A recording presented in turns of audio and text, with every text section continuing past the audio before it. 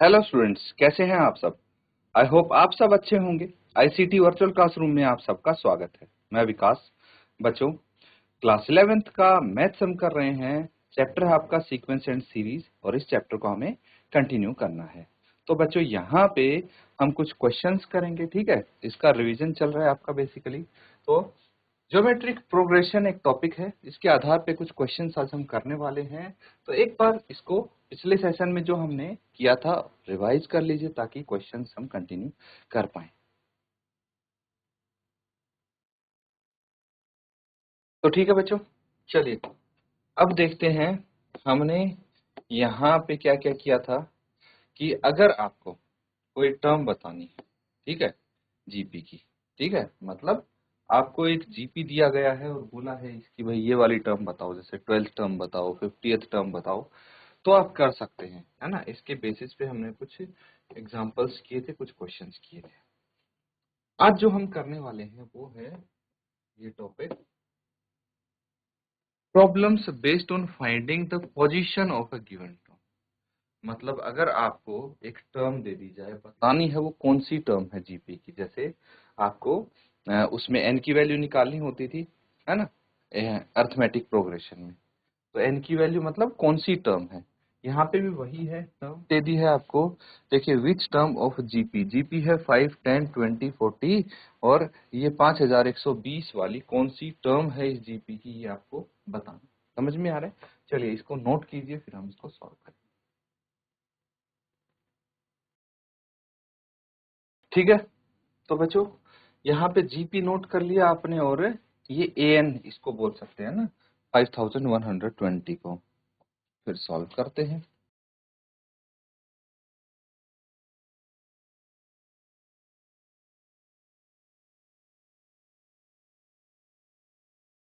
GP क्या है, 5, 10, 20, 40 so on. ठीक है, तो हम यहाँ पे बोल सकते हैं let nth term of GP be 5120। इतनी ही इंफॉर्मेशन आपको इस क्वेश्चन में दी गई है कि भाई क्या है, ये जीपी है 5, 10, 20, 40 और ये है 5120 टर्म। कौन सी टर्म है ये बताना है। अब इसका मतलब क्या हुआ कि जो ए एन है इज इक्वल टू 5120 है यहाँ पे। और क्या मतलब है, और यहाँ पे ए पता है हमें 5 है, और आर पता है, आर क्या है 10/5 इज इक्वल टू 2। आर की वैल्यू 2 आ जाएगी। ठीक है, तो मुझे बताइए कि जो ए एन है यहाँ पे कितना है। ए एन होता है ए इंटू आर की power n-1 is equal to, ठीक है, कितना है ये 5120। लिख सकते हैं इसको। लेकिन हमें पता है because a is equal to 5 है, आर इज इक्वल टू 2 है, देयरफॉर ए 5 आ गया इंटू आर कितना है 2, 2 की power n-1 is equal to 5120। लिख सकते हैं 5 को राइट हैंड साइड लेके जाइए, 2 की पावर n-1 है, 5120 डिवाइडेड बाय 5 कैंसिल आउट करेंगे, 5 1 जा 5, 0 बच गया। फिर 5 0 10 0, फिर कितना आ गया 5 इंटू 2 और 5 इंटू 4, ये आ जाएगा। तो ये आ गया 1024। अभी हमारा क्या आया है, ये आया है 2 की power n-1 is equal to 1024। तो अगर हम इसके फैक्टर्स करें 1024 के, तो कितने आएंगे। 2 से इसको डिवाइड करेंगे तो 2 इंटू 5 10, 1 2, फिर 2 से करेंगे 256, फिर 2 से करेंगे 64,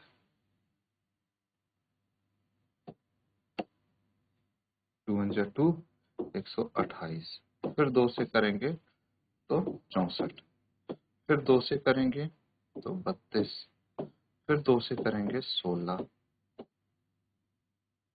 ठीक है, फिर 2 से करेंगे कितना आ जाएगा देखिए 8, फिर 2 से करेंगे तो 2 आ जाएगा। कितना हो 1 2 3 4 5 6 7 8 9 और 10, 10 है ना। तो 2 की पावर 10 इज इक्वल टू 1024 है कि नहीं। ये लिख देंगे यहाँ पे, इसी का यूज यहाँ पे करके इसको आगे सॉल्व कर सकते हैं। तो यहाँ पे लिख दीजिए because 1024 is equal to 2 raised to the power 10, therefore 2 की power n minus 1 is equal to 2 की पावर 10। बेस सेम है तो पावर्स को हम कंपेयर कर लेंगे, इज इक्वल टू 10 है, n is equal to 10 plus 1, n is equal to 11। ठीक है, तो फाइनली आप आंसर लिख देंगे, therefore 11th term of this GP is 5120। ये आपका आंसर आ गया है। नोट कर लेंगे, कुछ अगर डाउट लगता है बच्चों पूछ सकते हैं।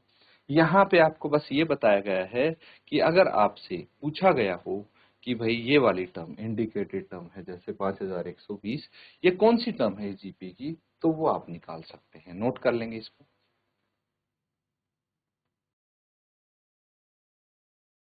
तो ठीक है, नोट कर लिया है बच्चों। अब अगला सवाल देखिए।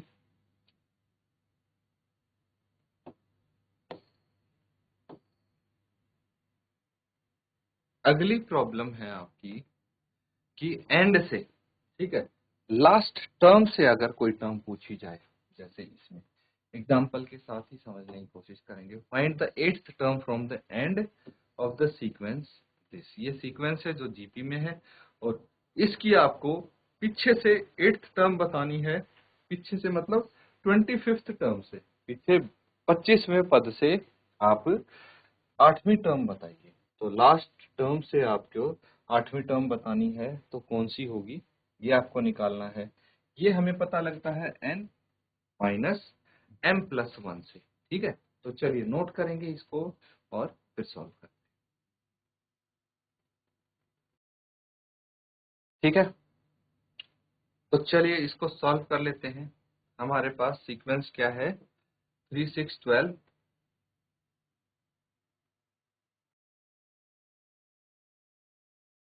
3 6 12 कहाँ तक है, 25th टर्म तक। ठीक है, अब ये समझना है कि we know mth term, mth term from the end is n minus m plus 1th term from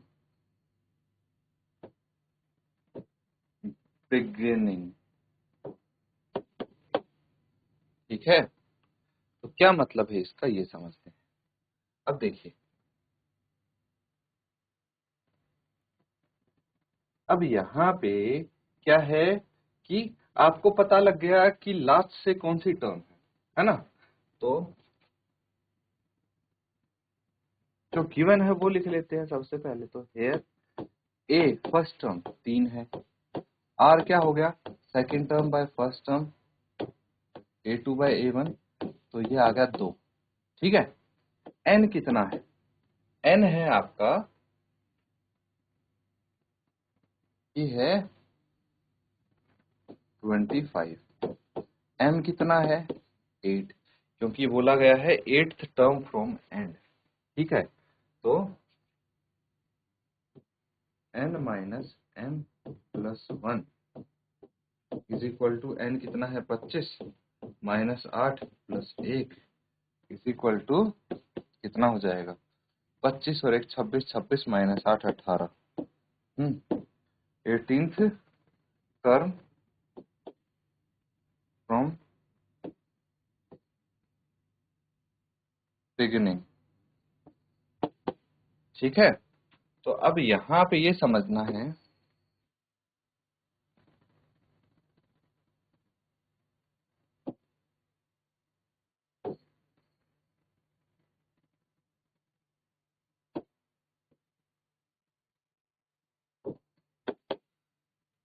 अब यहाँ पे ये समझना है कि हमें कौन सी टर्म निकालनी है, 18th टर्म। ठीक है, we have to find A18। ठीक है, तो कैसे निकालेंगे ये? हमें पता है an क्या होता है, an is equal to a rn minus 1। तो A18 क्या हो जाएगा, a कितना है आपके पास, 3 है, इंटू r कितना है, 2 है, 2 की पावर 18 माइनस 1, तो ये आ जाएगा 3 इंटू 2 की पावर 17। अब 2 की पावर 17 कितनी होती है वो हम देखते हैं। तो देखिए, पिछले ही क्वेश्चन में हमने क्या देखा था कि 2 की पावर 11 कितना होता है, 2 की पावर 11 होता है 5120। ठीक है, देखिए ध्यान से, अब 2 की पावर 11 होता है 5120। ठीक है, तो हमें 2 को 11 बार मल्टीप्लाई तो करना ही है, फिर 12, 13, 14, 15, 16, 17, तो 2 की पावर 17 आ जाएगा, है ना। और इंटू 3 भी करना है, ये है हमारे पास। तो हम क्या करेंगे, देखिए 2 2 जा 4, 4 2 जा 8, 8 2 जा 16, 16 2 जा 32, 32 2 जा 64। 64, तो आप इसको 64 से मल्टीप्लाई कर दीजिए सिंपली। अगर इसको हम 64 से मल्टीप्लाई करेंगे, कितना, 512 को 64 से मल्टीप्लाई कर दीजिए, जीरो लास्ट में एज इट इज लगा देंगे। 4 इंटू 2 8, 4 इंटू 1 4, 5 के 20, 6 इंटू 2 12, 1 बच गया, 6 इंटू 1 6 और 1 7, 5 के 30, ये आ जाएगा। तो 8, 4 और 2 6, 7 2 3। तो अगर इसको हमने 64 से मल्टीप्लाई किया तो ये कितना आया, 327680। ठीक है, ये आ जाएगा 327680, लिख लीजिए इसको।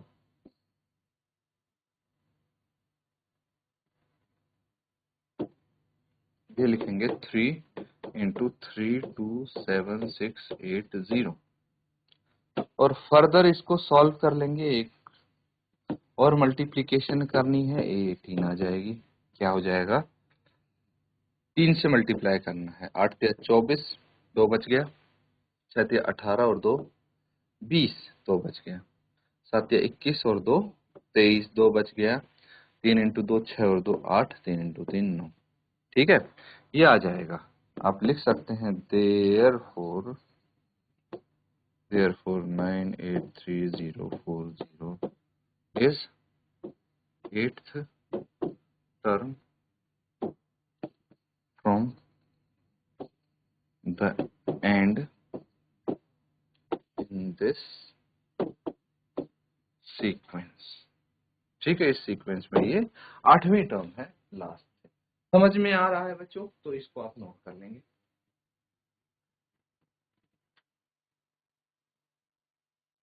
तो ठीक है, समझ में आ रहा है, नोट करते रहिए ऐसे ही।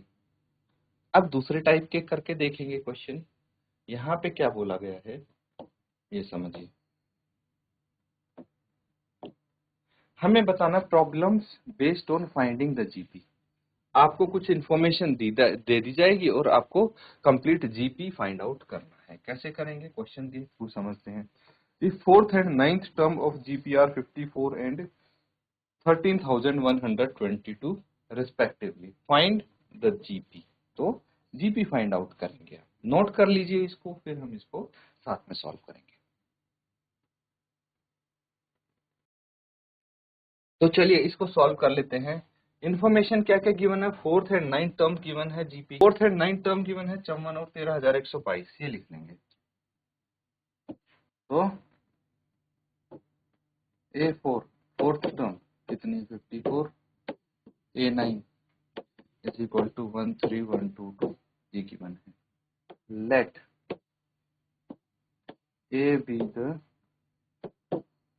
First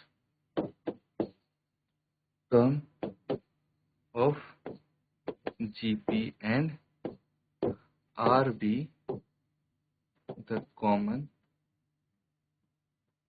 common ratio of the GP. ठीक है, इस जीपी का आर को कॉमन रेशियो मान लेते हैं, ए को फर्स्ट टर्म मान लेते हैं। ठीक है, अब हमें पता है, वी नो दैट, हमें पता है कि a n is equal to a r की पावर n-1 होता है। तो A4 क्या हो जाएगा, A4 is equal to A into r की पावर 4-1, और A4 कितना गिवन है, 54 गिवन है। तो अगर इसको हम थोड़ा और सिंप्लीफाई करके लिखे तो ए आर की पावर 3 इज इक्वल टू 54। इसको एक काम करिए, इक्वेशन 1 नाम दे दीजिए, और यहीं पे हम A9 लिखते हैं, जो ए आर की पावर 9-1 इज इक्वल टू 13122 होगा। तो ए आर की पावर कितनी आ जाएगी यहाँ पे, 8 इज इक्वल टू 13122। इसको मान लीजिए इक्वेशन 2। ठीक है, इक्वेशन 1 इक्वेशन 2 आ गया। तो अब एक काम करते हैं, ऑन डिवाइडिंग, इनको डिवाइड कर लेते हैं। On dividing equation 1 by equation 2, equation 2 से इक्वेशन 1 को भाग कीजिए, तो ए आर की पावर 8 अपॉन ए आर की power 3 is equal to a r की पावर 8 कितना है, 13122, और ये कितना है, 54। ठीक है, इसको फर्दर सॉल्व करेंगे तो ए से ए कैंसिल आउट हो गया, आर की पावर 8 माइनस 3 है ना, ये कितना आ जाएगा, इसको हम कैंसिल आउट करके देख लेते हैं कितना आता है। 9 से कैंसिल आउट हो रहा है, 9 6 जा 54, 9 से ये भी कैंसिल आउट हो रहा है, कितना आ जाएगा, 9 1 जा 9, कितना बच गया, 4 बच गया, तो 9 चौक 36, 5 बच गया, 9 इंटू 5 45। ठीक है, 7 बच गया, 9 8 72, ये 8 बच जाएगा। और फर्दर आपका ये और भी कैंसिल आउट होगा, पूरे से ही हो जाएगा ये, 6 से, 6 इंटू 2 12, कितना बच गया, 2, 6 चौके 24। ठीक है, 6 4 जा 24, और ये कितना आ जाएगा, 18 243। तो ये आ जाएगा यहाँ पे 243। तो r की पावर 5 इज इक्वल टू 243, यानी r की पावर 5 इज इक्वल टू 243 के अगर फैक्टर्स देखें, वैसे आपको डायरेक्टली पता होना चाहिए 243 क्या होता है, 3 की पावर 5 होता है ना। तो ये आपको निकालने की जरूरत नहीं पड़नी चाहिए, इतना तो पता होना चाहिए, बेसिक चीज है। तो ये 3 की पावर 5 आ जाएगा। ठीक है, पावर सेम है तो कंपेयर कर सकते हैं base, therefore r is equal to 3 आ जाएगा। कॉमन रेशियो पता लग गया, 3 है, नोट कर लीजिए। अब इसकी वैल्यू हम किसी एक इक्वेशन में रख के a की वैल्यू निकाल सकते हैं, नोट कीजिए यहां तक, फिर आगे करते हैं।